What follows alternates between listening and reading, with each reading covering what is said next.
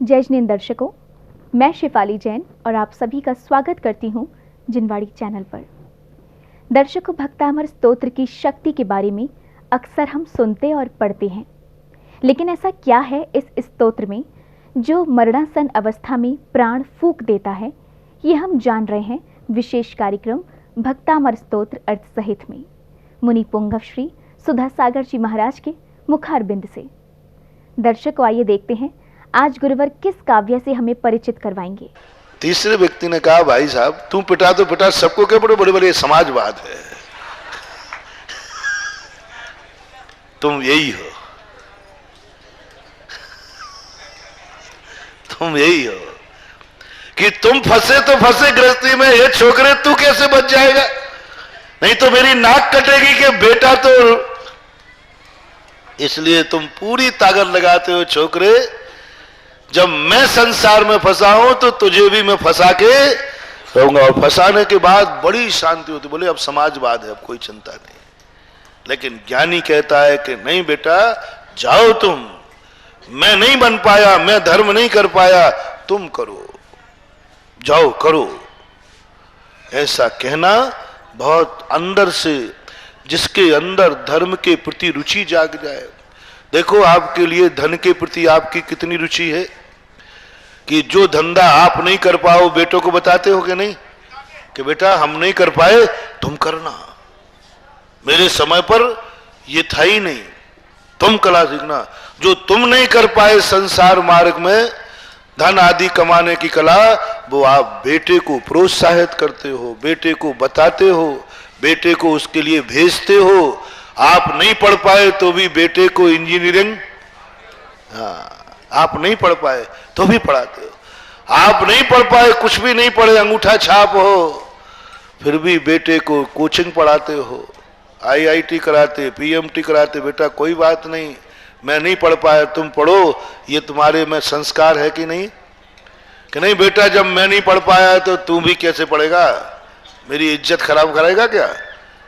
बताओ, कौन पिता है ऐसा दुनिया में, माँ बाप, जो स्वयं पढ़े लिखे ना हो तो बेटों को नहीं पढ़ाना चाहे? और कैसे मूर्ख हो तुम, धर्मात्मा होकर के धर्म की महिमा नहीं जान रहे हो, तभी तो बेटे से नहीं कह रहे हो बेटा मैं मुनि नहीं बन पाया, तुम जरूर बनना, जैसे बने तैसे बनना। जैसे मैं नहीं पढ़ पाया बेटा, तुम जरूर पढ़ना। ऐसे ही तुमने कहा क्या कि बेटा मैं मुनि नहीं बन पाया? ललितपुर में एक बाप बताओ ऐसा हो, एक बाप वो बताओ जिसने, जो नहीं पढ़ पाया हो तो बेटे को भी पढ़ाने का भाव नहीं किया हो, नहीं करता हो कि जब मैं नहीं पढ़ा तो बेटे को क्यों पढ़ाऊंगा, हम दोनों नहीं पढ़े तो बेटे कैसे पढ़ेंगे? ऐसा कोई है? कोई नहीं है। तो ऐसा बताओ कि जो हम नहीं कर पाए धर्म क्षेत्र में, वो बेटे को करने को कहा हो। उधर एक भी नहीं और इधर एक भी नहीं। उधर एक भी नहीं कह रहा कि नहीं, हर पिता का, माँ बाप का भाव होता है कि मेरा बेटा पढ़े लिखे, अच्छा कमावे। मैं भली नहीं कमा पाया, मेरी तो जैसी हती से क्या हो गया, गुजर गई, हमारी तो जिंदगी गुजर गई, अब बेटा तुम्हारा पढ़ लो लिख लो। ये आप प्रेशर देते हैं, दबाव देते हैं कि मेरी जिंदगी तो गुजर गई, अब तुम पढ़ लो, नहीं तो मुश्किल है। ऐसा कभी क्यों नहीं आ रहा, मैं यही सोचता हूं। यानी आपकी अंदर भी धन की रुचि तो है, अंदर ज्ञान की पर्याय बन गई, लेकिन धर्म ऊपर ऊपर से हो रहा है, सब धर्म पाखंड हो रहा है, सब धर्म ऊपर ऊपर तैल रहे हैं कुल परंपरा से, सब धर्म लोभ के कारण, भय के कारण कर रहे हैं, अंदर ज्ञान चेतना से नहीं कर रहे। यदि ज्ञान चेतना से करते तो तुम्हारे अंदर भाव होता, बेटा जो मेरे मन में एक ही टीस है कि मैं जिंदगी में मनुष्य पर्याय पाकर मुनि नहीं बन पाया, बेटा तुम जरूर बनना, मेरी इच्छा पूरी कर देना। मैं नहीं कर पाया तो बेटे ने, मैं मंदिर नहीं बना पाया तो बेटा तुम जरूर बनाना, मैं तो नहीं बना पाया। मैं त्याग नहीं कर पाया, बेटा तुम जरूर त्याग करना। मैं अभिषेक पूजन नहीं कर पा रहा हूं, नहीं कर पाया, मुझे ऐसे महाराज समझाने वाले नहीं मिले, लेकिन तुझे मिल गए हैं बेटा, जा तुम जरूर अभिषेक करना। तुम जरूर जाकर के अभिषेक करना और ऐसा करना। बहुत बिरले माता पिता हैं जो धर्म के क्षेत्र में कहें करें, बहुत कम लोग होते हैं, बहुत कम लोग। एक आध मिल जाते हैं, कोई ऐसे कोई एक आध मिल जाए बिरला, जिसके तो समझना उसी के अंदर आत्मा की परिणति जागी है। शास्त्रों में आता है कि एक माँ के 7 बेटे थे, 6 ने दीक्षा ले ली और रो पड़ती है। जब जब 7वें बेटे को देखती है रोती है, मैंने कौन से जन्म में पाप किए जो एक ऐसा पैदा हुआ जो धर्म मार्ग पर नहीं गया। एक नहीं गया तो रो रही है, और तुम्हारा एक चला जाए तो यही है, एक चला जाए तो आए तो वह मचा दे। इससे सिद्ध है धर्म अंदर की पर्याय नहीं बनी। धर्म के प्रति तुम्हें रुचि नहीं है, तुम अंदर से बाहर से बोलते हो। धर्म अंदर से नहीं है कि धर्म करने से सुख हो जाएगा, धर्म करने से आत्मा पवित्र हो जाएगी, धर्म करने से आत्मा भटकन से, अंदर से नहीं है। ये रटी हुई है बातें, तोता रटंत है। शास्त्रों में रट लिया है, हमने तुम्हें रटा दिया है, तुमने रट लिया है, लेकिन श्रद्धा नहीं है कि धर्म से भी जीवन सुखी होता है, धर्म से उत्थान होगा। यदि होता, जैसे हमने अपन तो दोनों तरफ लगाते, जैसे एक व्यक्ति बताओ धर्म अच्छा है कि बुरा, सही बोल रहा है कि झूठी? बिल्कुल। अभी हाल सफेद झूठ ले लो, देख लो, 2 मिनट में झूठा सिद्ध करता हूं। जैसे उसने कहा था कि भाई तुम शराब क्यों पीते हो? गुटखा के महाराज बहुत अच्छा लगता है, मजा आता है, एक दिन का बादशाह बन जाता हूं पी करके। तो अच्छा लगता है? हाँ बहुत अच्छा लगता है। महाराज शराब बहुत अच्छी चीज है, आपने पी नहीं इसलिए बुराई कर रहे हो। जिस दिन आप एक बार चस्का ले लोगे तो आप भी छोड़ोगे। अच्छा इतनी अच्छी चीज है? हाँ इतनी बढ़िया चीज है। तो ठीक है, हमने प्रैक्टिकल किया था। क्या किया था? शराब अच्छी है तो अपनी बेटी की शादी किससे करना? शराब। अरे महाराज ये तो नहीं होगा। अरे पागल है क्या? शराब जब अच्छी है तो शराबी से शादी क्यों नहीं बेटी की? डाका डालना अच्छा है तो डाकू के साथ क्यों नहीं बेटी की शादी? गुटखा खाना अच्छा है तो बेटी के लिए दामाद 1 किलो गुटखा खाने वाला क्यों नहीं ढूंढते हो? इसका जवाब मुझे दे दो। सुनो रे गुटखा के दीवानों, जम के खाना, मेरा आशीर्वाद डबल। 2 किलो खाना दिन भर में, क्योंकि अच्छी चीज है। लेकिन यदि तुम्हें पता चल जाए शादी करते समय कि लड़का दिन भर 24 घंटे गुटखा खाता, सोते समय भी खाता है, तो उसको अच्छे से दे दोगे कि कैंसिल कर दोगे?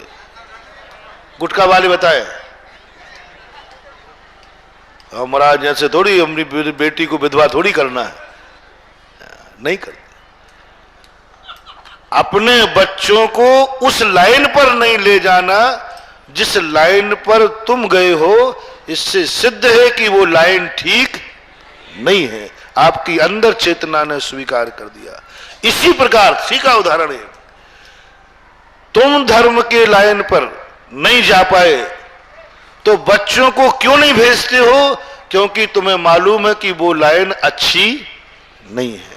ऊपर से बोल रहे हो, जैसे वो शराबी बोल रहा था, ऐसे ही तुम ऊपर से बोल रहे हो कि मुनि बनना बेकार है, बहुत बुरा है। बताओ मुनि बनना अच्छा है कि बुरा? बाजू में बेटा बैठा है, सावधान रहियो।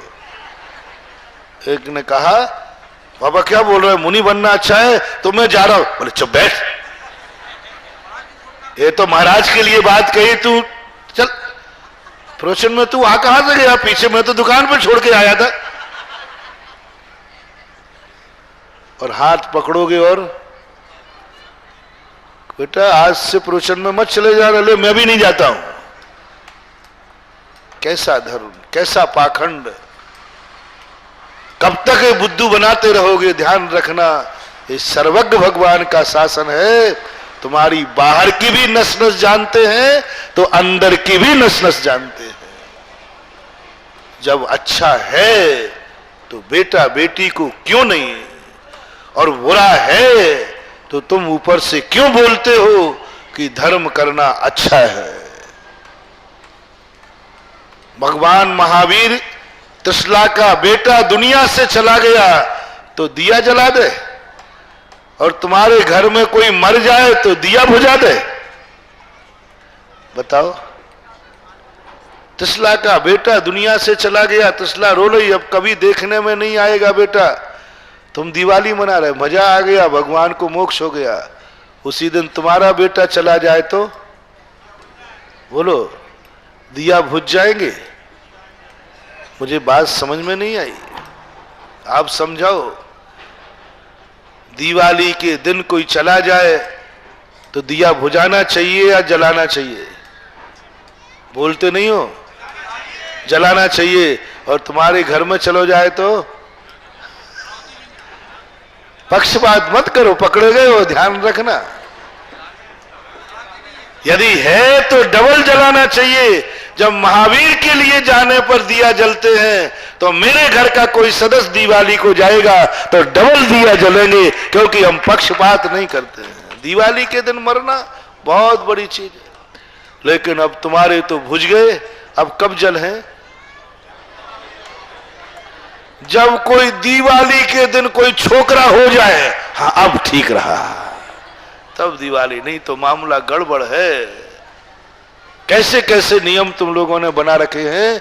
यही तुम्हारे नियम धर्म की पाखंडता को उद्घाटित करते हैं कि तुम धर्म ऊपर ऊपर से थोपा हुआ है, कुल परंपरा से, कि हमारे बाप दादे मंदिर जाते थे, हमें जाना है, हम दिगंबर गुरु को मानते थे, हमें मानना है, हमारी चर्या ये होती है।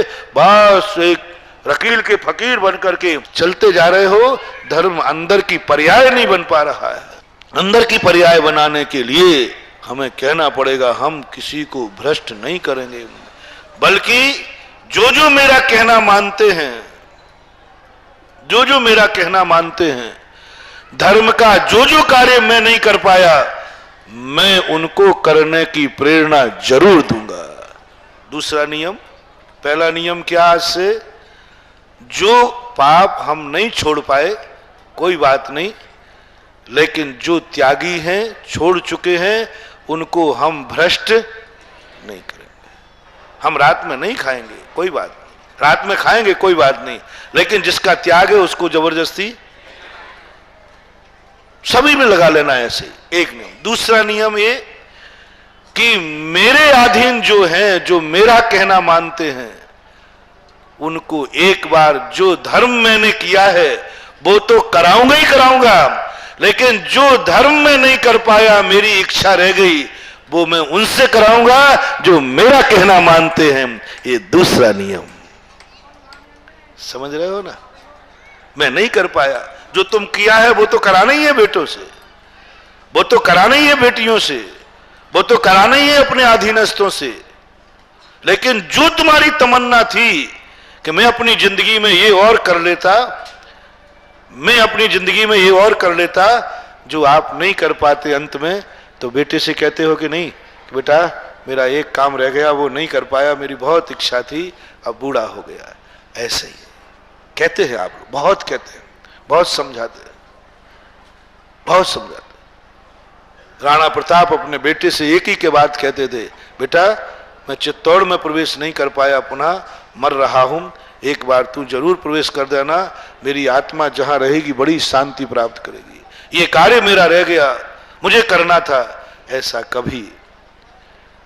कभी बेटे से कहना, बेटा जो मैंने किया उतना तो तुझे करना ही है, आदेश है, लेकिन एक उपदेश है, ये कार्य मैं जिंदगी में नहीं कर पाया, जो मनुष्य पर्याय में करना चाहिए था वो तू कर लेना, तो मेरी जहां भी आत्मा रहेगी वहां शांति को प्राप्त होगी, और भगवान के सामने मुंह दिखा सकूंगा कि हे प्रभु, जो कार्य मैं जिंदगी में नहीं कर पाया वो कार्य का आदेश मैं अपने बेटे को दे के आया हूं, चिंता मत करना, जैसा मैंने किया या बेटे ने, तो भी तुम मुंह दिखाने लायक रहोगे, तो भी तुम गर्व से कह सकोगे कि मैंने नहीं किया, बेटे ने कर लिया, कोई बात नहीं। कितने माता पिता हैं जो धर्म के कार्य स्वयं नहीं कर पाए और कहते बेटा तुम तो करो, मैं तो जिंदगी में मंदिर नहीं बना पाया, बेटा तुम्हें तो जरूर बनाना है, मैं तो अभिषेक पूजन करने का नियम नहीं ले पाया, तुम्हें जरूर करना है, मैं तो गुटखा आदि व्यसन रात्रि भोजन नहीं छोड़ पाया, तुम्हें जरूर करना है, मैं तो महाराज नहीं बन पाया, लेकिन तुझे जरूर बनना है, एक बार कह तो देना, ऊंसे ही कह देना। महाराज कहूं वो साची हो गई तो आफत है। तुम कम से कम कह करके अपना एक कलंक तो धो ही लेना, बेटा जाओ। बहुत कठिन, बहुत कठिन। इससे हम अंदाज लगाते हैं कि धर्म तुम्हारी आत्मा की पर्याय नहीं बना, धर्म तुम्हारी श्रद्धा की पर्याय नहीं बना। यदि बना है तो ये दूसरा नियम भी आज ले लेना कि मैं अधीनस्थ को प्रेरणा दूंगा, जो मेरा कहना मानते हैं उनको मैं आज के बाद वह धर्म करने की प्रेरणा दूंगा, तो भी आपको बहुत बड़ा धर्मात्मा माना जा सकता है। ये होने के बाद फिर आपको तीसरा नियम आपको करना है कि नहीं, धर्म मैंने अंदर से स्वीकार किया है, मेरे कारण से धर्म भ्रष्ट ना हो जाए, मेरे कारण से मंदिर पतित ना हो जाए, मैं मंदिर को शुद्ध नहीं कर पाया। ओहो क्या बात है भैया, क्या बात है, मैं मंदिर नहीं बना पाया। सुनो सुनो,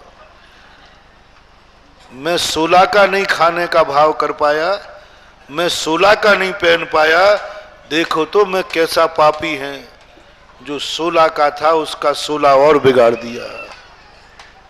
करना क्या चाहिए था, मुझे 16 का भोजन और मुझे 16 के वस्त्र, लेकिन वो तो मैं कर नहीं पाया, वो तो मेरा साहस हुआ नहीं, लेकिन जो 16 का पहने था उसको और 17 का कर दिया। रो पड़े, पश्चाताप करे और ऐसा पापी कहे दुनिया में मुझसे बड़ा पापी वो नहीं है जो अशुद्धि में खाता है, अशुद्ध खाता है। सबसे बड़ा पापी तो वो है जो शुद्ध को अशुद्ध करता है।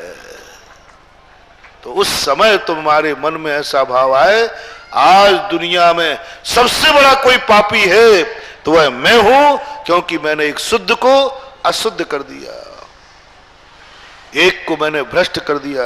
ये ध्यान रखना बहुत बड़ी बात। मैं मंदिर नहीं बना पाया, देखो तो सही, क्या मेरी किस्मत फूटी है, क्या मैंने अशुभ पाप किए हैं कि मनुष्य पर्याय करने पर मैं इतना भी नहीं कमा पाया प्रभु कि आपका एक मंदिर बना देता, आपके लिए एक साधु संतों के रहने के लिए मैं एक कमरा बना देता।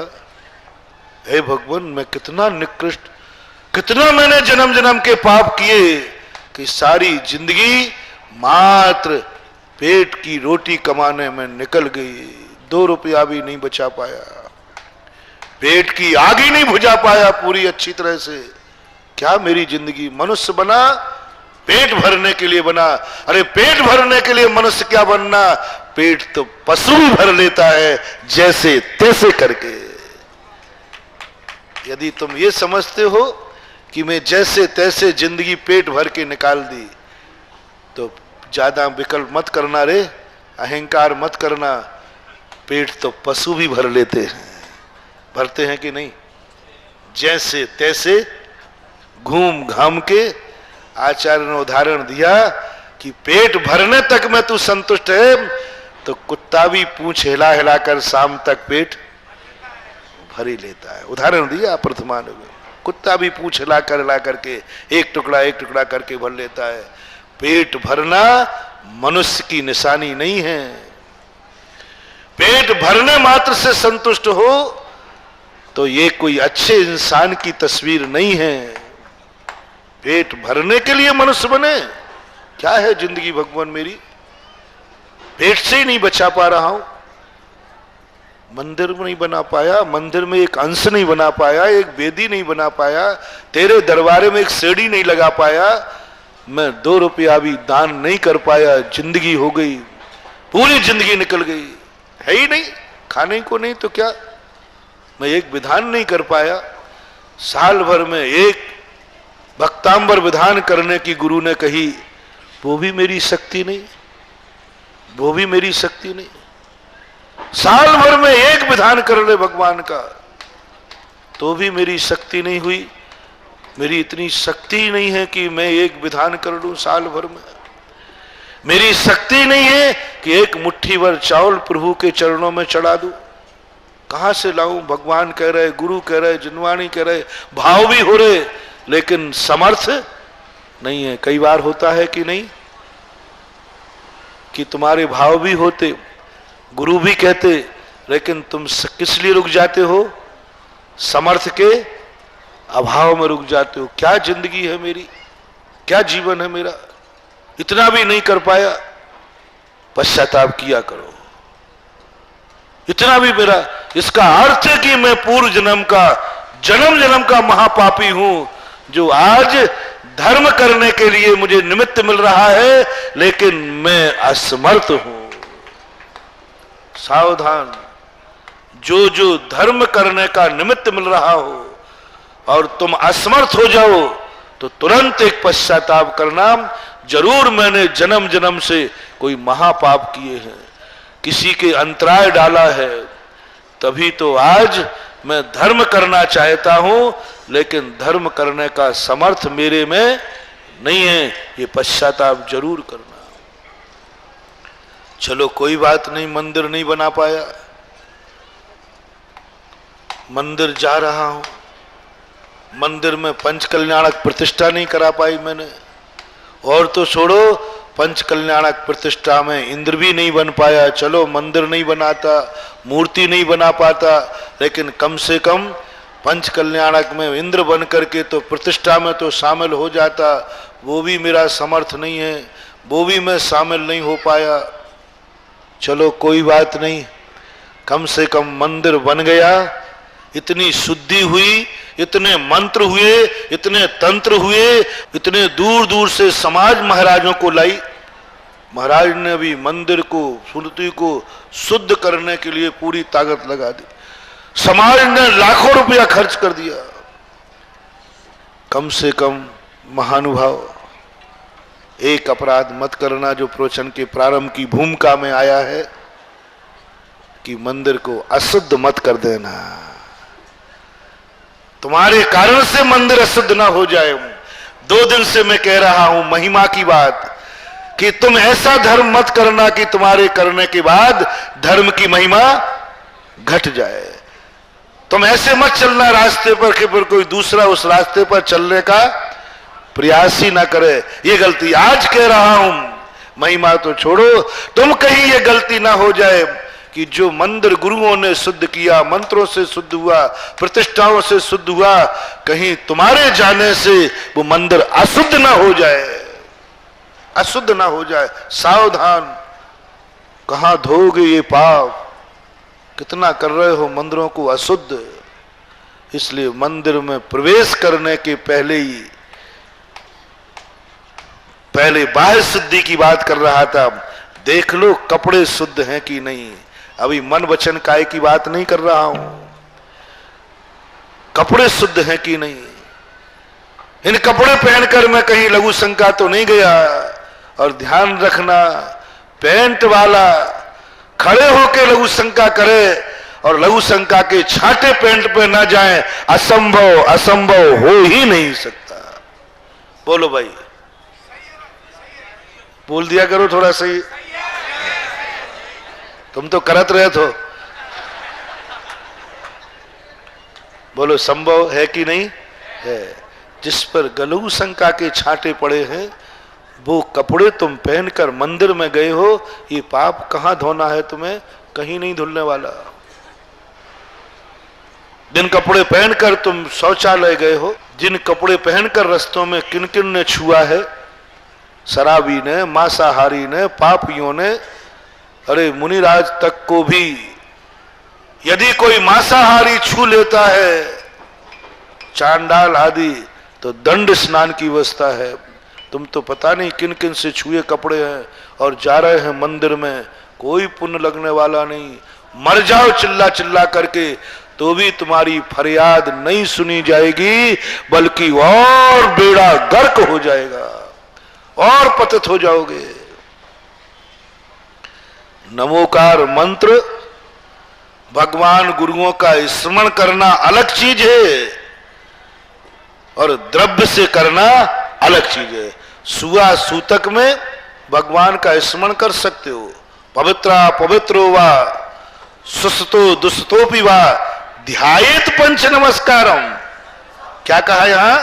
ध्यायेत, ध्यान कर सकते हो, जाप नहीं। समझना, यदि आप अशुद्धि में हैं, अशुद्ध हैं, उस समय आपको तकलीफ होगी तो भगवान का स्मरण कर सकते हो कि नहीं? नमोकार। लेकिन मान लो आप बाथरूम में हैं, वहीं आपको तकलीफ हो गई हार्ट अटैक की, तो आप वहां भगवान का स्मरण कर सकोगे कि नहीं? नमोकार मंत्र भी मन में पढ़ लो तो कोई बाधा नहीं, लेकिन वहीं बैठ के जाप देने लग जाओ तो है? नमोकार मंत्र का स्मरण करना अलग चीज है और नमोकार मंत्र की जाप देना, अरे जाप अनुष्ठान है और स्मरण अनुष्ठान नहीं है, चाहे शुद्ध हो चाहे अशुद्ध हो। भगवान को याद हम कहीं भी कर सकते हैं, भगवान का स्मरण हम कहीं भी कर सकते हैं। भगवान को आंख बंद के, चाहे पवित्र हो चाहे स्मरण हो चाहे कहीं भी हो, कैसी भी दशा में क्यों ना हो, भगवान को याद करो, गुरु को याद करो, स्मरण करो, खूब ध्यान करो, कोई दोष नहीं है। लेकिन द्रव्य सी क्रिया करोगे तो बाह्य शुद्धि होना, जब जाप देना है तो शुद्धि। अपन शास्त्र की बात कहीं भी याद कर स्मरण कर सकते हैं हम, लेकिन जब शास्त्र पढ़ेंगे तो शुद्धि चाहिए। लेकिन शास्त्र की बात को स्मरण में आ गई तो कहीं भी आ जाए स्मरण, कोई बात नहीं, कैसी भी दशा में स्मरण आ जाए, आएगा स्मरण, क्या बात होगी। अशुद्ध हो तो भी तुमने अभी जो भक्तांबर पाठ सुना, वो श्लोक याद आ सकता है शुद्धि में कि नहीं? आ सकता है, लेकिन किताब पढ़ के पढ़ना, पाठ करना नहीं। इसलिए भगवान का स्मरण शुद्ध अशुद्धि में करो, लेकिन जब भगवान के मंदिर में आए हो तो शुद्धि से ही आना पड़ेगा, क्योंकि मंदिर में आना अनुष्ठान है, मंदिर में आना द्रव्य क्रिया है, तो वहां द्रव्य शुद्धि चाहिए।